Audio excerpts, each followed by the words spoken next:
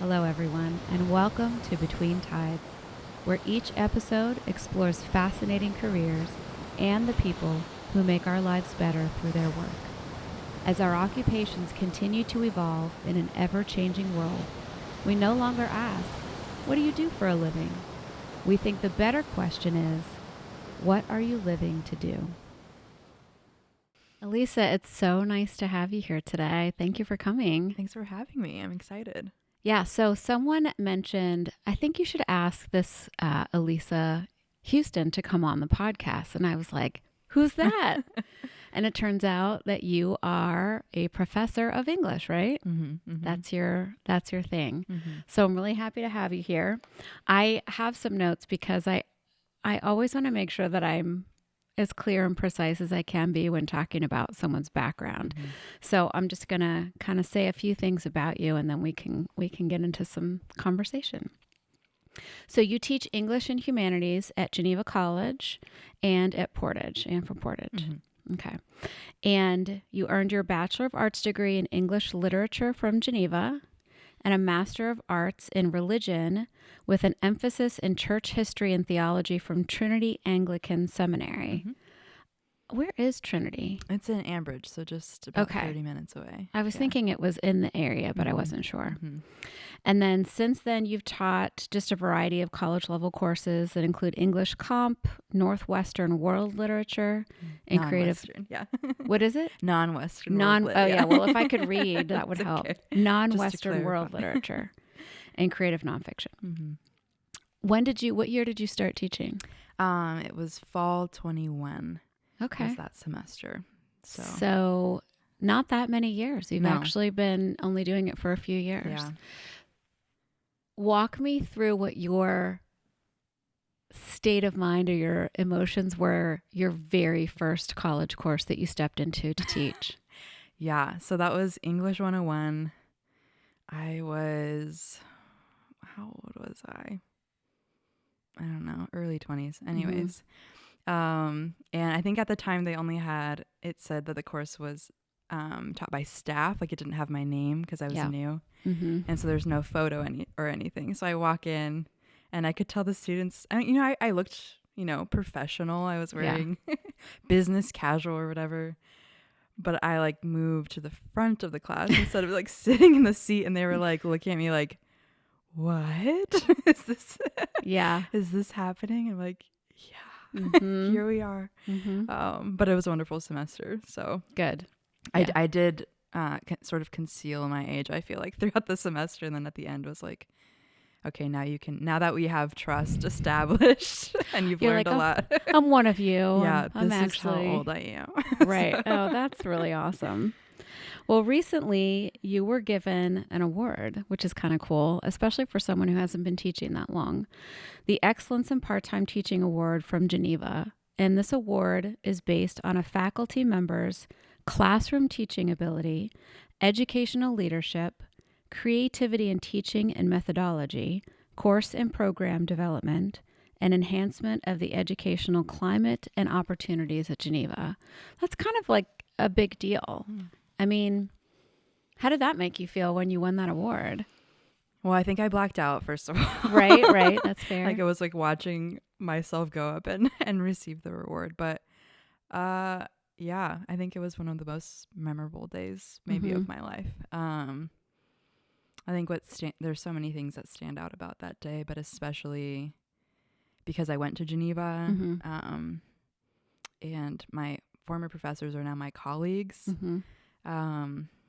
which is really possible through I think how they approach that. They have a lot of humility, all of them, which makes what I do possible. Yeah. So I think having them be there, and they've just been such a significant part of my whole journey. That was, I don't know, it kind of floored me, I guess, to be honored in that way. What's the ceremony or the context in which you're given that award? Yeah, so it's we do a convocation. I think it's at the end of the first week of the school year, and all the faculty get robed up in their regalia. Yeah, all the academic like garb, hoods, and everything. Yeah. And then the students, the freshman class, the new class walks sort of in between us. So we make a line, Mm-hmm. and they are seated. And this mirrors what happens at graduation as well. So Okay. Because they will that's new. then. That's not new. Oh, It's really? different from when I was a student there. I don't Okay. remember that. Yeah. So there's this sort of parallel of like this will also happen when you graduate from this Mm-hmm. institution. You walk between the faculty. Yeah. And so usually the faculty member who wins the full-time Excellence in Teaching Award gives some sort of address for the year. I think also the Dean of Students, Okay. the president usually says something, and then there is the awards. So usually, Okay. yeah, part-time teaching, full-time. I think there's like a service award, and I think it's like academic achievement. Like usually, Yeah. you've written a book or something. Did you have to give a speech? I do not. Okay. Yeah, so Were that's you like, phew? the part-timers do not have to give the speech. It's Okay. just the full-time faculty. And this is the whole student body. It's not just the freshman class. It's optional for the other students, but a lot of them do Okay. come. I think it counts for chapel credit, so yeah, you get gotta ahead get on that those early on chapel in the credits year. done. So, Right. but it is fun to see. I don't know. I'm a sucker for ceremony, so Yeah. I love to be all together and sort of Mhm. reestablish why we do what we do. So. Yeah. Yeah. So I say this as a fellow English major. Mhm. I wasn't a teacher, but I love being an English major. What made you choose that when you went to Geneva, or did you choose it right away? Mm-hmm. Yeah, so I did choose it right away. I think at the time it was one of the only things I did know about what I wanted to do in college was like, all right, whatever happens, I'm pretty sure I'm going to study English. So, Okay. Yeah, I came to Geneva from California of all places. Mm-hmm. It was Not California, PA. Yes, I want to yes, disestablish yes. the actual California. the actual California. Yeah, 5-hour flight away. Yeah. Yeah.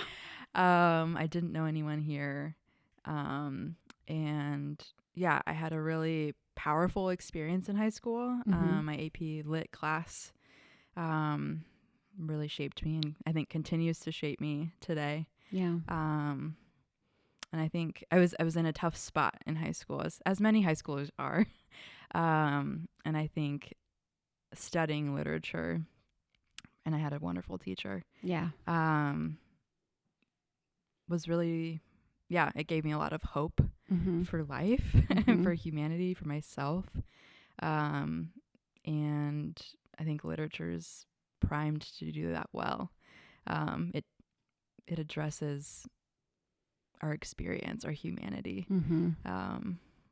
in all the depth and breadth that is. So, What gives you hope about that? Because I agree with you, but what is it specifically about studying literature that makes you feel hopeful? Because I think people are looking for hope right now in our culture. There's a lot of despair and sadness and people thinking things are only getting worse. So what is it about literature that makes you feel hope? Yeah, I think you find that you're not alone when you read. And so even in your despair, and maybe someone has articulated your despair better than you have also. Yeah, right.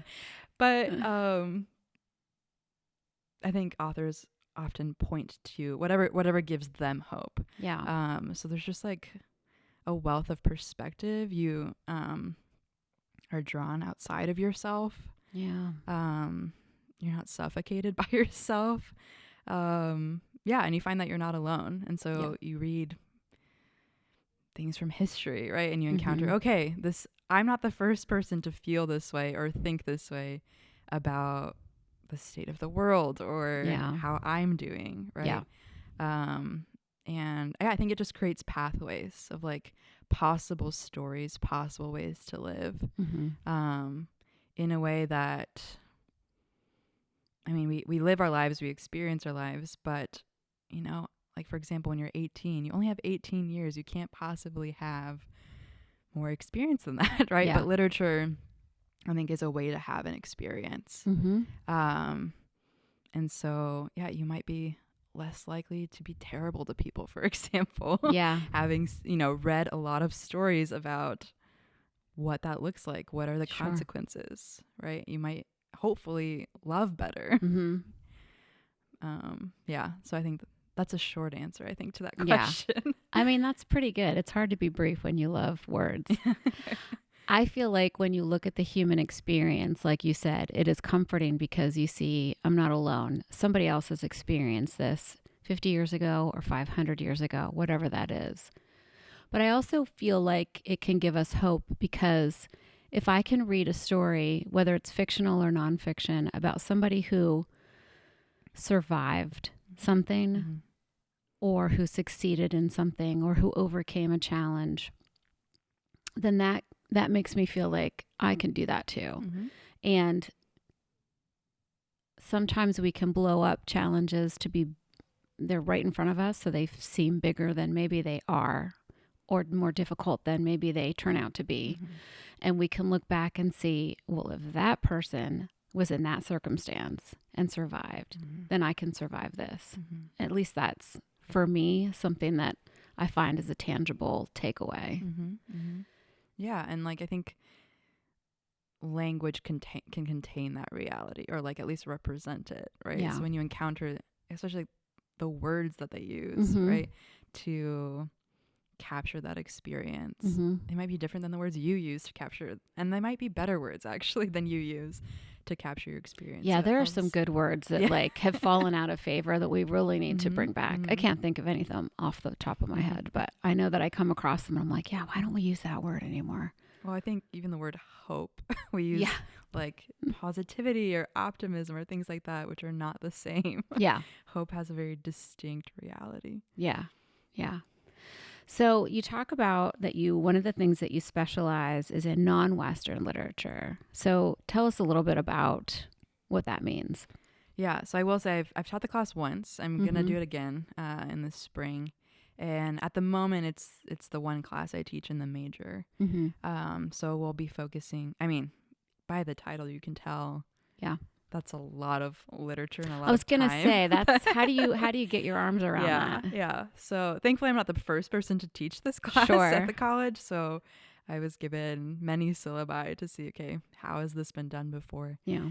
So I've narrowed it down by time and place. So even that though, it's still broad.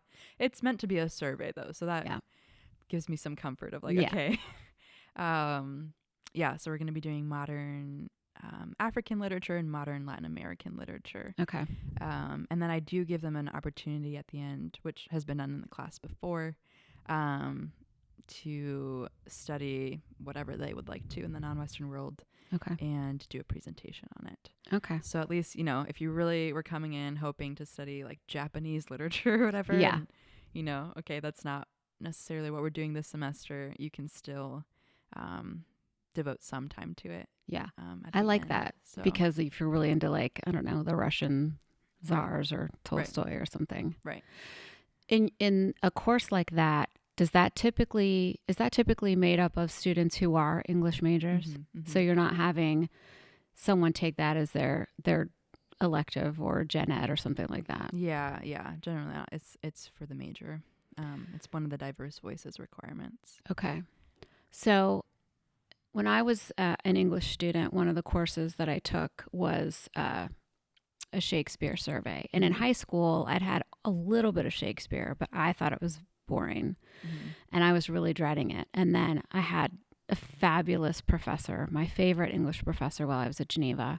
And she really made Shakespeare come alive. Mm-hmm. And it still is one of my favorite classes that I ever took. I still have my textbook from that class, which is unabridged Shakespeare. So do you ever have students come in and maybe they had to take that course because it really fit into their schedule rather than being something that they were excited to take? So how do you, if you have a student who maybe is not excited for a course like that or is struggling maybe at the beginning of the course, as a professor, how do you try to generate maybe some enthusiasm or some investment by that student into the coursework? Mm-hmm, mm-hmm. Yeah, it's a good question. I think in my experience, again, I've taught it once, so that's a minimal experience. But in general, in coursework, it doesn't have to be that course specifically. Mm-hmm. If you you know, if you teach English comp, Mhm. I know you have students in Yes, there yes, who yes. have to take it. Yep. They hate to write, Right. they hate to read. This is just not a course that they want. Yeah, I think that's more common in the core. So like in the non-Western lit, a lot of them do have like some level of interest in it, and they do feel like there's a gap in our K-12 education. Like they haven't really been exposed to this kind of literature. And so, yeah, I found my students to be pretty curious. Yeah. And they are, some of them, wanting to be educators themselves. Yeah. And so they're seeing this as a gap of like, okay, we only read, British literature, American literature is our focus. What are we missing about the human experience? Yeah. Right. And so, yeah, I think when you teach something in the major, usually you have at least a basic level of curiosity that you can really work with. But I think in the core, yeah, I get most of that, I think, is like, oh, I have to take English 101. I have to take Humanities 103. Yeah. Usually with Humanities, they're like, I don't even know what that word means. Like, Right. what are we going to do? What are we doing here? I think what you're describing about your Shakespeare class, like if you have a teacher who is genuinely interested in you and the subject at hand, so much is possible. Yeah. And so, yeah, meeting students where they are, but also showing them a way forward. Like you actually can do this. Yeah. You ought to do this, right? It's worthwhile. Yeah. Here's why it matters actually for who you are as a human being. So I try to appeal to the whole of their humanity as much as possible. So I don't know, there are times in the semester where I say, you're not a brain on a stick. Yeah. Let's breathe for a second. Yeah. Because it's a lot of reading and it's a lot of writing, I'm sure. And they're just like, their whole day is just up here oftentimes. Yeah. And you forget, oh, I have a body. I have a heart, all these sorts of things. So I have a way of starting class at Geneva, it's a Christian college. So, prayer, I start liturgically. There's a rhythm to how we begin every time. That's I love that. Reliable. Yeah. And it just kind of gives you a sense, okay, I am not my brain. Yeah. Yes, I will have to use it here. Yes. But there's more. And so you're saying it's more like you're a whole person and you can engage with this with more than just reading and writing. Yeah, I love that. Yeah. And that's like what matters. Like we have souls. Yeah. And bodies. So sometimes I'm just like, hey, take a moment and like, you're in this space right now. Let's just like be, back in our bodies for a second and reconnect. Yeah. And it sounds like we're doing yoga. We're not, but like, I know what you mean. Yeah, just sort of like, okay, it's you and we're present to each other and we're encountering something bigger than ourselves in our time together. Yeah. And I love that too, because I think you hit the nail on the head in that there are a lot of gaps in K to 12 teaching. And that's in no way to throw shade at teachers because they are really under the gun and teaching scope and sequence and teaching toward standardized tests in a lot of states or probably most states. And they're teaching kids who come from a variety of backgrounds, who have a variety of issues in their lives. Kids that might be coming to school hungry, might be coming to school distraught with trauma responses, all sorts of things. And then you want to have them sit down and read or regurgitate information for things that they may not naturally have a disposition toward. And so, then those kids go to college and they're maybe not as prepared as we would like them to be. So do you feel like sometimes you're having to regroup and do a little bit of catch up for a lot of these students? Yeah. I worked with another colleague to design our developmental English program. So it's a 4-credit English 101 basically. Okay. So it's to help students who especially may not have tested well. Yeah. Coming into college, demonstrating that they need help in the reading and writing area. And so basically they get credits for graduation, 4 credits instead of 3 because they take a 4-credit class. But they get that extra support. The Mm-hmm. class sizes are smaller, and they have to take an extra credit when they take Humanities 103. Okay. And I teach that as well. And so it's just like a time of like, hey, what, maybe what do you feel like you can't ask in the regular class Mm-hmm. that you're like totally confused about? Like, this is the Sure. time to ask that. But I mean, yeah, we see it English 101 too. Like, even if you tested, well, there are gaps. Yeah.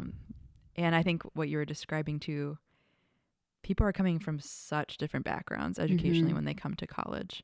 And so it is a challenge, I think, to teach in a core class of like, yeah, they have just such a variety of experiences, levels, maybe trauma, like you Mm-hmm. said. But yeah, I found that a lot. I mean, literature is just so powerful, Yeah.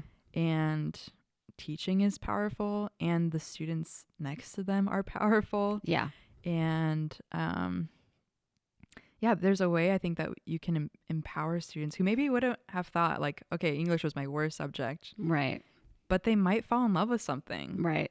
They might see that it really matters for who they are. Yeah. They might, a story, that's the power of literature, I think. And like a Sure. story will grab them, and they'll be like, they'll see themselves in it, Yeah. or they'll see their experience. And I think you can do a lot with that. Mm-hmm. And even I think there's something really satisfying of maybe not being able to see something at first as a student, and then being guided and ask questions, and something becoming clearer Yeah. that you didn't see before. I think it's magic. I think it's magic as a It's teacher absolutely too, magic. Yeah. to watch that happen. Yeah. I love that moment. Yeah. Sometimes you got to go through some pretty basic days though to get there, especially, maybe in a composition class. Yeah. But I think, yeah, presenting them the argument, like, so why, I usually start my English 101 like, why do this? Yeah. What's When the point? there are wars going on in the world, when, like, why are we going to talk about grammar Yeah. and writing and reading when there's so many things happening? Mm-hmm. So we usually start with that, like, I think we need to answer this question. Maybe no one's answered it for you yet. Yeah.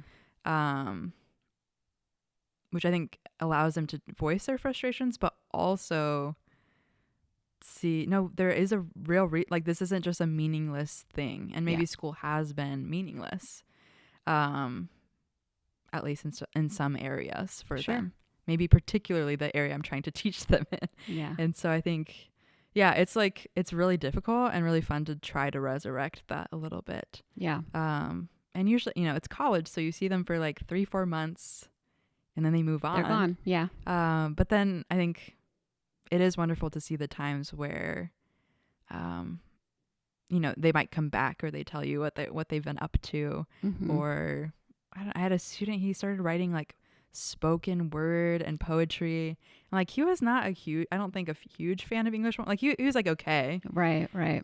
It wasn't his strong suit, but that was, he's 18 Yeah. first semester. And then like, It kind of unlocked yeah, something. he grew, like things Yeah. happened. He changed as, Well, and you found must be doing a passion. good job, because some of the comments that I have here that you got from students about your award, having her was an amazing experience. There is nothing better than having a professor who is so invested in getting to know you as a person first, then a student, helping you understand the course that you're taking. And then another one. Professor Huston is very dedicated to her students and is willing to do everything in her power to help them succeed. Her teaching style allows individuals of all learning types to learn the best they can. And then this final one. The way that she led discussions in class made them very easy to follow, and she was good at listening to each of our opinions. She encouraged us and helped us feel heard and understood in the classroom. And those weren't all of the comments that I saw. Those were just a few of them. But that speaks a lot to how you must present not only the material, but yourself as well. And it's not a small thing in my experience to empower others, especially subordinates. I don't like using that word, but students are technically subordinate to their professor. But to make them feel empowered and welcome and engaged, and just that you've created a classroom that's a safe space for them to ask questions and share and not be made to feel foolish or undereducated maybe. Is that something that you really strive for? Yeah. I mean, I think that's what I received. And so that's why I'm in this. Yeah. And I've seen that modeled. It has changed me. It has formed me. And yeah, I think it's my duty and my delight to like pass that on. Yeah. And I think sort of like what I was saying with the award, like I'm still among my professors, but like we're working side by side now. And yeah, it just makes, I'm always reminded of their humanity, my own humanity. And it helps me to draw that out, I think, in the room itself, because it's a gift I've received. Yeah. And I want to pass that along as well. Speaking of humanity, why don't you tell us what humanities is? Like, I had humanities classes and I really liked them because they kind of were right in line with my wheelhouse. But a lot of students did not like them. And I'm sure that that's probably still the case. So what do we consider the humanities? Yeah. So, I mean, in the most basic level, the study of what it means to be human. And people have thought that disciplines like literature, philosophy, theology, music, art are, the best ways to get at the fundamental questions. I noticed that you didn't mention math. I just wanted to point that out. No, math has its place. Fine.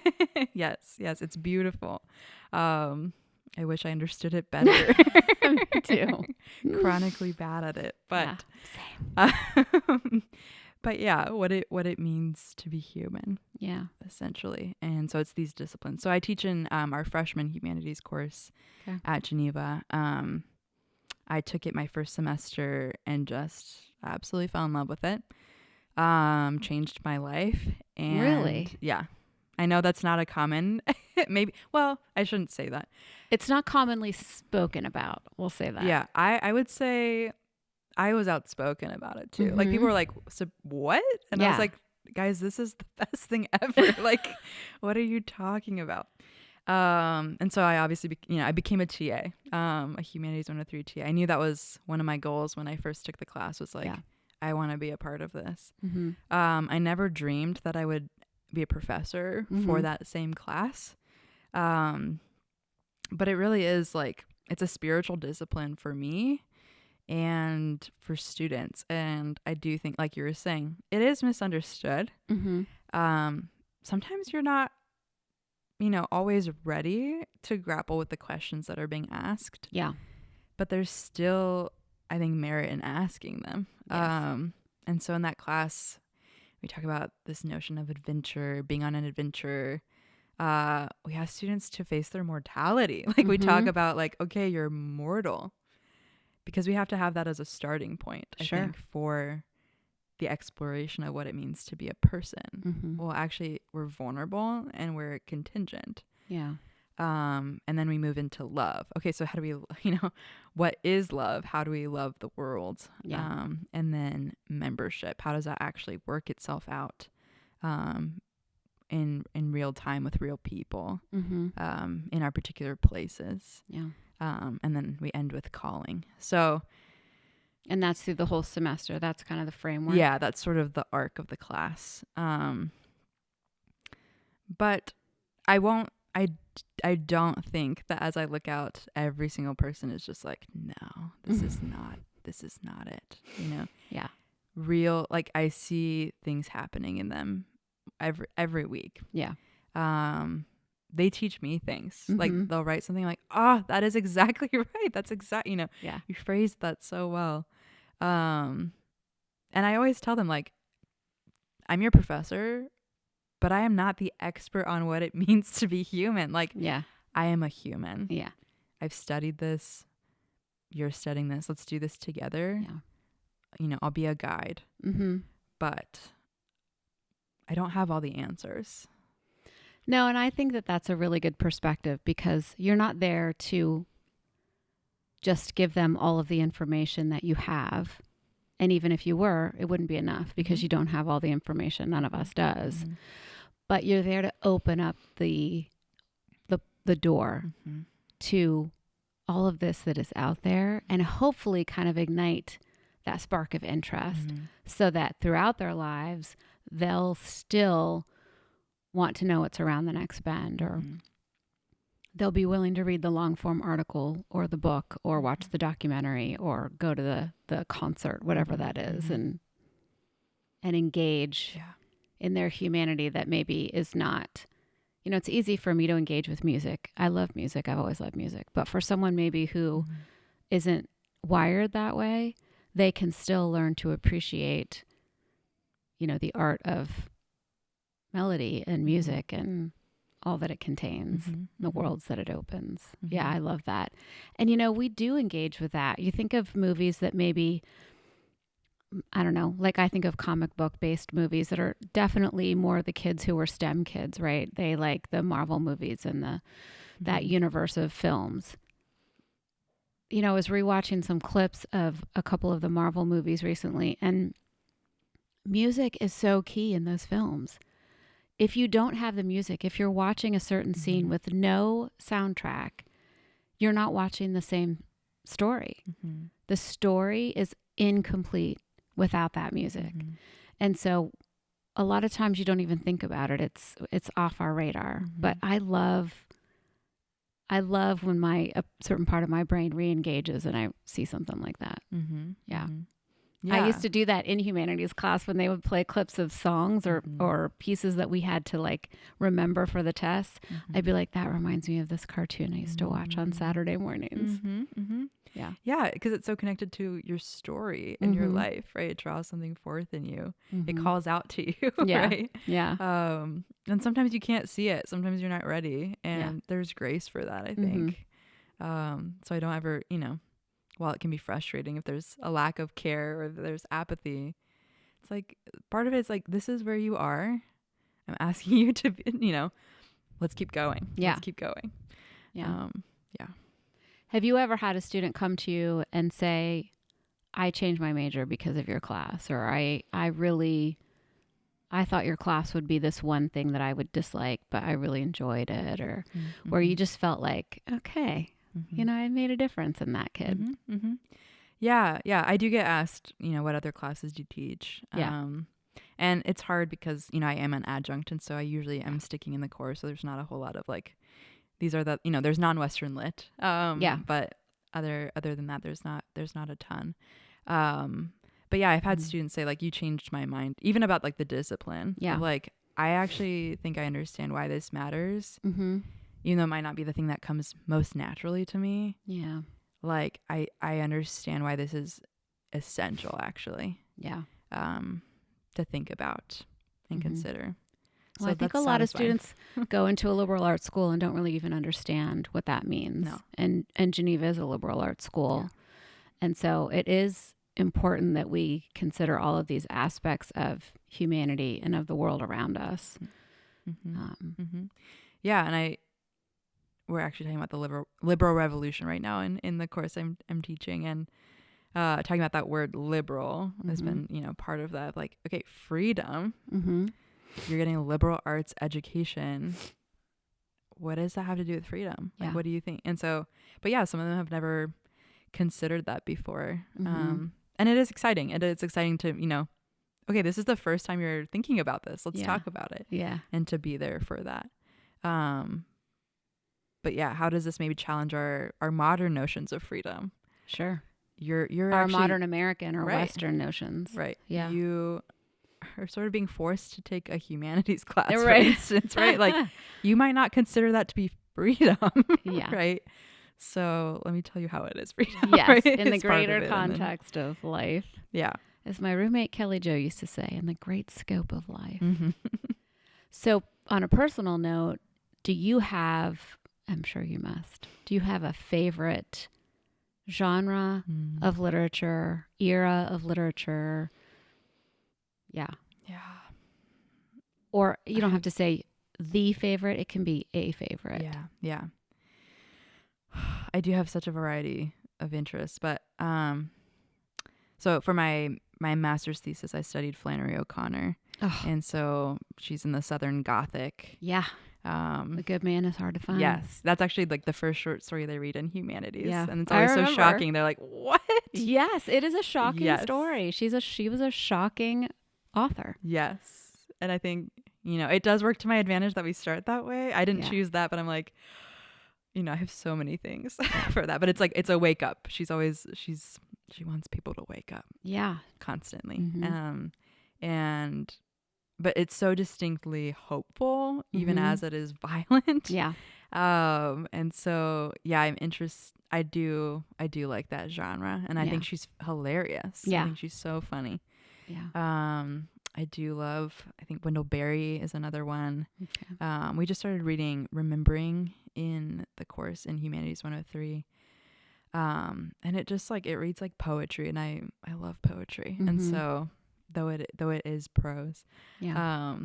and so I mean you can literally just pick out any passage to read in class, Mm-hmm. and it's just gonna be stunning. Yeah. You're just gonna be able to just sit in the beauty Yeah. of what that is, and I think to bring it back to teaching, it's like you can show someone like this is what craft is like. Mm-hmm. The effort that you're not just dumping information to make me happy. Like Yeah. this is craft, and I think that comes through like in the way you read something out loud. I Yeah. think I had teachers who loved what they were reading Mm-hmm. and what we were reading, and it came through in how they read it to us. Like Yes. they read it Yes. like it mattered. Yep. And I actually had a student. She's older, so I feel like she can maybe she comments on things more freely. She's not as self-conscious, but Yeah, that's fair. she was like, how did you just read it like that? Like she was like, I see it now. Like I see like what he is saying, because like hearing you read it Yeah. in that particular way, it just like comes to life. But it takes a good writer, I Yeah. think, like Barry, for that experience to be possible. So those I are just think as couple a faves. culture we've lost the art of reading aloud. Mm. Because eons ago, before television even really, families would sit down in the evening and somebody would read aloud a serial story from a magazine or a newspaper, Mm. or read a chapter in a book, or even a chapter of the Bible. And when you read aloud, especially if you like what you're reading, you do read, you put some passion and some emotion in it, and you're being careful about pronunciation. And I think we've lost that a little bit. We read to children, of course, and I always loved reading to my kids. We read, one of the series we read aloud was the Harry Potter series, and to this day, they will, all four of my kids will tell you that's one of their favorite memories, because I did the accents, and I really tried to put emotion into it, and you could hear a pin drop while reading. And that's how I think reading aloud should be. But as adults, we get self-conscious, and we're less likely to read aloud the way that we should, maybe. I think we're also just like not in situations where that's normal a lot of the time. True. Like we're not. I mean, I think book clubs, there's like maybe a resurgence happening right now. Maybe we need to great. bring back reading aloud at book clubs. Yeah, but it's like, in what context do you read out loud together as adults? Yeah. Like, let's bring it back. Yeah. Let's start a movement. All right, let's start a movement. We'll make t-shirts. Okay, I'm totally into that. I had a teacher in 10th grade that just really taught me how to write, and she really opened up the world of literature, and I became an English major because of Miss Levine. So do you feel like you look back and maybe have a teacher along the way, or a couple of teachers along the way who did that for you? Yeah. So I actually really didn't like reading until like 5th grade. I had a teacher, Miss Laura Humand, and I mean, I don't think I'd ever met someone who loved, well, maybe I did and I just didn't know it, but met someone who loved books like she did. Like the way she would describe the books on our bookshelf. Yeah. And even like, I had been to her house. My mom was a principal. Anyways, I had been to her house, and I would like literally just piles and piles and piles of books. Like the to be read pile was like absolutely endless. Yeah. And so I think like it also had so much integrity, because I was like, oh, you're not just doing this because it's your job. Like you really love this. Right. and it just was like, yeah, opened up so many worlds. Yeah. And she got us all, like, we were obsessed with reading, all of Yeah. us in the class. So I think that's one memorable one. And then, yeah, I think senior year of high school, Mm-hmm. that was what I think maybe got the ball rolling to where, not maybe, most definitely Yeah. got the Most ball rolling definitely. to where we are today. Had a wonderful teacher, and yeah, it just, I think the connection between literature and life Mm-hmm. became clear, and I think I became a better writer then too, because I felt like what I was writing about mattered so much, Yeah. like cosmically. Yeah. Like, Yeah. and I think that's part of how you get better at writing, is like you Yeah. actually have to have something to express, like Mm-hmm. something you need to put down in words, Yeah. and you see examples of people doing that well Yes. and setting that bar, and so you have something to aspire to. Yeah. To capture something you need to kind of sort out within your soul. Mm-hmm. And I think writing has always been a great way to do that. Yeah. And so, yeah, that class absolutely changed my life and really the trajectory of my life. Yeah. And yeah, I mean, we became friends later. I Yeah. still see him, once That's or twice a awesome. year. And so that's been really formative. Mm-hmm. And something I'm really grateful for. Yeah. I mean, when you look at the masters who were incredible painters, many of them copied or tried to copy the masters who went before them, because fire lights fire. So if you find someone who is really expert at what they do, you want to copy, not from a counterfeit standpoint, but from a imitation is the sincerest form of flattery standpoint. I know when my kids were younger, we homeschooled, and I would have them do copy work, and I would choose authors that I really thought were so eloquent at language. Just, I loved the adjectives that they used and the turn of phrase. And so I would have my kids, copy sections, or we would even do dictation, because I felt like if I want them to be good writers, then they need to be exposed to good writers. And I absolutely still believe that 100% today. Even adults, we can still be, learning new skills or honing our skills. And if people want to be better at something, you practice by looking at those who are really good at it. So from an education or career standpoint, if you were to go back to your 18-year-old self, what's a piece of advice that you would give her? Just stop doubting yourself so much. It's gonna be okay, actually. Yeah. I would have never dreamed that what I'm doing now would be a reality.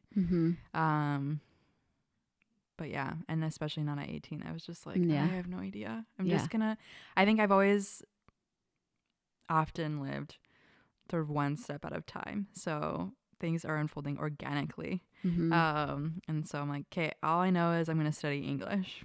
Yeah. Okay, I guess I'm going to go to this place to do that. Yeah. And then it's just like one step at a time. So yeah, don't be so hard on yourself. Yeah, that's good advice. I have to ask though, how did a Southern California girl, end up in the Pittsburgh area? That's not a natural progression. No, but when you are one, you meet others. I think really, like they find each other. Yeah. There's like you see this sort of connection between the two places. But yeah, I was looking for a different experience. I thought college is a great time to do that. I'm like, oh, it's 4 years. Yeah, I can do anything for 4 years. Even live in Pittsburgh. Right. No, I love Pittsburgh. Right. Please, I love Pittsburgh. Right. And I think the crazy thing is I visited in January for the first time. That is the crazy thing, because there's not a worse time of year weather-wise than January. Yeah, I was absolutely smitten in January. So I mean, it is very. I mean, so I grew up in Orange County, near the beach. It's beautiful. But yeah, I was looking for a different experience, and I think an older place in terms of like institutions. Yeah. And Geneva seemed very old to me. Yeah. So, it was beautiful, and I was like, this is beautiful. I can study here. Yeah. I need to study in a place that's beautiful. Mm-hmm. Mm-hmm. But yeah, January of all times was Yeah. like when this happened. I think I did fall in love with the city itself, like Pittsburgh. Yeah. It's just so different than anything I did experienced. And so yeah, it wasn't 4 years, it's been 10 now. So I I'm know. still See, here. But I mean, we're like the Hotel California. it's We true. really are. Yeah, the Yeah. irony. Yeah. Yeah. It's so true. I Yeah. actually met one of my best friends. She's from San Diego here at Geneva. What? Yeah. That's so Yeah. strange. So all the California, like we found each other, the Yeah. Californians. Yeah. What's, going back to your teaching career, what's a challenge that you have faced or maybe even one that you continue to face? Yeah, I think there are many, but I think oftentimes people come to education with sort of a customer service mindset of like, Mm. I'm paying money, therefore you need to give me what I want. Yeah. And I think education doesn't work like that if Mm-mm. it's being done well. And so when we talk about the core classes, right, it's like there's a frustration there, partly I think because of the customer service mindset of like, Yeah. I'm doing this, therefore you need to give me this. And it's like, well, actually that's just not how it works. Not quite that transactional. No. And there's a sense like when you are a student, you are inferior to the subject. Like Mhm. it's an exercise in humility. Sure. Right? It's not customer service. Yeah. So I think that's a challenge that I see, is sort of rewiring that a little bit of like, no, that's not what we do. That's Yeah. not how this works. Yeah. But yeah, I think teaching is also something, I mean, you can never be perfect at it. Mhm. And so yeah, there's an endless amount of things that can be improved and done differently, whatever. Yeah. So when you're a perfectionist, I think this is sort of maybe a more personal challenge, but Yeah. there are difficulties that come along with that. I was like, oh, I should have said that at this point, or when that student asked me that question, I could have said this. Yeah. But then it's also an exercise in letting go and receiving grace. Yeah. And yeah, there's a lot of mystery in it and a Yeah. lot of grace to be had. Yeah. And that's true everywhere, I think, across all careers. Well, as we wind down, I have a little bit of a pop quiz that nobody ever fails. It's just sort of like the speed round. We'll call it that. Okay. So, what's the last thing that you read for fun that you really enjoyed? Am I drawing a blank? I know these are I'm like, hard suddenly I'm questions. like, I've never read a book. I know, right? I've never read anything. I can't tell you. It's okay. We'll cut out all of the dead time. I think so. I read. Yeah, thank you. I read at the beginning of summer. I was like looking for just like a fun book that's light. And I read Franny and Zooey by J.D. Salinger, and it's just like real short. It was like a good like summer kickoff kind of book, and it's just for fun. Like I'm not going to use it for anything, and that was sort of refreshing when so much of what I read is used. Yeah. Yeah. Okay, that's a good one. I've read him, but I have never read that one, so maybe I need to. What advice would you tell someone who's thinking about teaching as a career? Anything. Doesn't have to be weighty. It's hard. Yeah. Yeah, it's necessary work. Yeah. It is so necessary. But I think that's not to guilt trip anyone who has left the profession or anything like that. But yeah, it is necessary. We need good teachers. Yeah. What's one thing that you would say to encourage a non-reader of any age? I think just like start with your interests. Like what looks interesting to you. Yeah. And also talk to someone who knows how to read well. Yeah. I hope you know someone who is like that. Ask them what they are into, what kinds of things they like to read. And yeah, go from there. Final question. This is hotly debated at work. Do audiobooks count as reading? Short answer, I'm going to say yes. Long answer? Long answer, I think for me personally, I will only do audiobook for books I know I probably won't underline things in. I just want to Yeah. experience Oh, I it. knew you were an underliner. I love am it. an underliner. Yeah. So yeah, where I just want to have the experience of the story. Yeah. I also think that people have different learning styles, and so sometimes I encourage that. Like, hey, this book is available on audiobook. If you're an auditory learner, like, do it that way. Yeah. And I think it's valid. I think, yeah, we prize certain kinds of learning over others. Yeah. But yeah, personally, I love to hold a book in my hand, Me and I too. love to underline, and I love to mark it up. Yeah. But I will do audiobooks sometimes. Okay. Yeah. All right. Well, thank you so much. This has been so fun. And I hope that you've enjoyed talking a little bit about what your passion is with teaching and literature. Yeah. Thanks for Yeah. having me. Yeah, absolutely.